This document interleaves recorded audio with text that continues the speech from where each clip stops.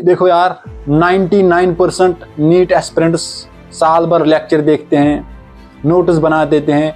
जो डिफरेंस होती हैं वो होती हैं कि जो लास्ट में सबसे ज़्यादा, क्योंकि बहुत सारे स्टूडेंट्स एक ही कॉमन क्वेश्चन पूछते हैं कि हम रिवीजन करने बैठते हैं जिस हमें उसमें बहुत टाइम लगता है। तो रिवीजन आप इफेक्टिव तरीके से कैसे कर सकते हो। अब मार्च के महीने में अब आपको क्या करना है, तो मार्च के महीने में आपको सबसे ज़्यादा जो फोकस करना है वो करनी है। Hello everyone, myself Umar Ahmad Ganai, second year MBBS student. I hope कि आप सब ठीक हो गए। तो आज का वीडियो बहुत ही इम्पॉर्टेंट होने वाला है, क्योंकि आज के वीडियो में हम बात करने वाले होंगे कि नीट 2025 का क्या कट ऑफ रहने वाला होगा और लास्ट की 3 महीनों की स्ट्रेटजी हम इस वीडियो में बात करेंगे। देखो, मुझे पता है कि इस टाइम आपको बहुत दिक्कत आ रही होगी।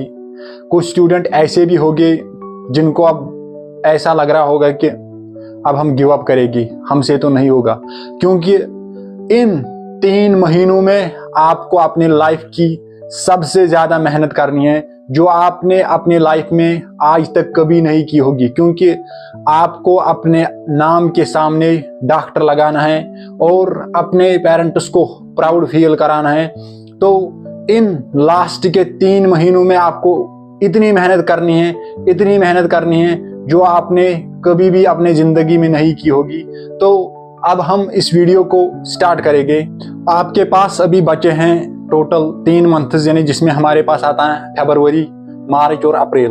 तो अब आपको फरवरी में अब क्या करना है, ऑलमोस्ट आपके पास अभी 20 डेज बचे हैं फरवरी के। तो इन 20 डेज में आपको ज़्यादा फोकस किस पर करना है, तो आपको रिवीजन एंड कंसोलिडेशन पर फोकस करना है फेब के महीने में। क्योंकि देखो यार, 99% नीट एस्पिरेंट्स साल भर लेक्चर देखते हैं, नोट्स बना देते हैं। जो डिफरेंस होती हैं वो होती हैं कि जो लास्ट में सबसे ज़्यादा रिवाइज करता है और टॉपिक्स को फिर कंसोलिडेट करता है।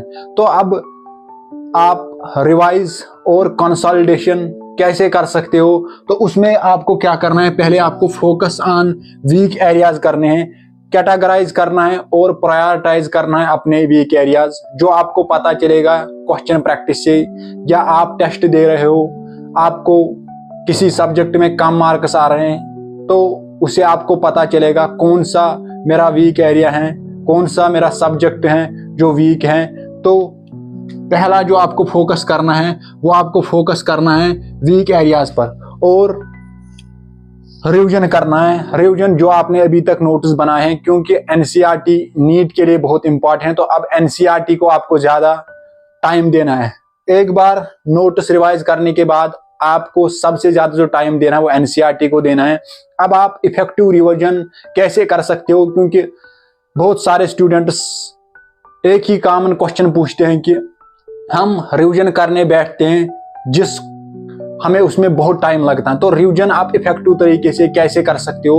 अब आप क्या कर सकते हो, आप 1 घंटे का एक स्लॉट रख सकते हो। उसमें आपको अपने आप से यही टारगेट रखना है कि मुझे एक चैप्टर को इस 1 घंटे में रिवाइज करना है। क्योंकि जब आप बहुत देर तक पढ़ते हो तो ओवरथिंक भी हो जाते हैं, जिसकी वजह से फिर इफिशिएंसी नहीं आ जाती है। और जब आप 1 घंटे का एक स्लॉट रखोगे, आपकी इफिशिएंसी बढ़ेगी और ओवरथिंकिंग भी कम हो जाएगी, जिसकी वजह से आप ज़्यादा फोकस कर पाओगे स्टडी पर और आपका एक इफेक्टिव रिवीजन होगा। और PYQs की प्रैक्टिस करनी है, क्योंकि PYQs की प्रैक्टिस बहुत इंपॉर्टेंट है। जितना आपने अभी तक पढ़ा है, तो जब आप PYQs करोगे तो आपको एक ऑटोमेटिकली एक कॉन्फिडेंस बूस्ट होगा, क्योंकि जो आपने पढ़ा है वो आप अप्लाई कर रहे हो। तो आपको अपने आप पर कॉन्फिडेंस आएगा, क्योंकि जो मैंने पढ़ा है वो मुझे आता है। तो PYQs बहुत इंपॉर्टेंट हैं और टेस्ट देने हैं। चाहे आप का अभी सिलेबस इनकम्प्लीट है, चाहे आप अभी फुल टेस्ट दे रहे हो, तो टेस्ट बहुत इंपॉर्टेंट है, टेस्ट देने हैं। जितने भी कम मार्क्स आए हैं तो टेस्ट देने हैं, कंटिन्यूअसली टेस्ट आपको देने हैं। तो ये आपको फेब के महीने में आपको ये 3-4 पॉइंट्स पर सबसे ज्यादा काम करना है, फोकस करना है वीक एरियाज पर, रिवीजन पर काम करना है और पीवाईक्यूज की प्रैक्टिस करनी है और टेस्ट देने हैं। अब मार्च के महीने में अब आपको क्या करना है, तो मार्च के महीने में आपको सबसे ज्यादा जो फोकस करना है वो करनी है इंटेंसिव प्रैक्टिस एंड इम्प्रूवमेंट पर काम करनी है। जो आपके वीक एरियाज हैं उन पर आपको इम्प्रूवमेंट लाने की कोशिश करनी है। तो आपको फोकस करना है सबसे ज्यादा हाई वेटेज टॉपिक्स पर, सबसे ज्यादा फोकस करना है। अब आपको कैसे पता चलेगा कि कौन सा ज्यादा हाई वेटेज टॉपिक्स है, कौन सा जिसमें सबसे ज्यादा क्वेश्चन आते हैं? जब आप पीवाईक्यूज करोगे तो आपको फिर ऑटोमेटिकली पता चलेगा कि किस चैप्टर से ज्यादा क्वेश्चन आए हैं, किस चैप्टर से कम क्वेश्चन आए हैं। तो उसी टाइम पर आपको फोकस करना है कि ये सबसे ज्यादा वेटेज वाला टॉपिक है, तो उस पर आपको स्टार मारने हैं। तो मार्च के महीने में आपको फिर सबसे ज्यादा फोकस करना है हाई वेटेज टॉपिक पर, और अब प्रैक्टिस करनी है मिक्सड टॉपिक्स की, क्योंकि नीट में आपको तीनों सब्जेक्ट आएंगे, बायो भी आएगी, फिजिक्स भी आएगी, केमिस्ट्री भी आएगी, क्योंकि उस टाइम आपको माइंड चलना चाहिए, क्योंकि उसमें आपको मिक्स्ड टॉपिक्स मिलेंगे। तो आपको पहले ही अपने आप को प्रिपेयर करके रखना है कि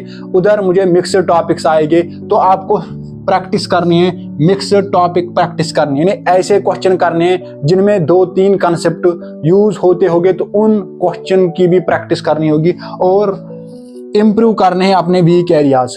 तो इम्प्रूव करने हैं अपने वीक एरियाज। वीक एरियाज आप कैसे इम्प्रूव कर सकते हो?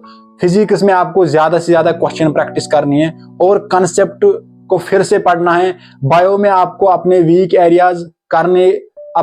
एरियाज को इम्प्रूव करने के लिए एक ही सॉल्यूशन है, वो है कि एनसीईआरटी को बार बार पढ़ना है। ऐसे ही इनऑर्गेनिक और ऑर्गेनिक केमिस्ट्री में, क्योंकि जितनी बार आप एनसीईआरटी इन में पढ़ोगे उतने आपके मार्क्स बढ़ेंगे।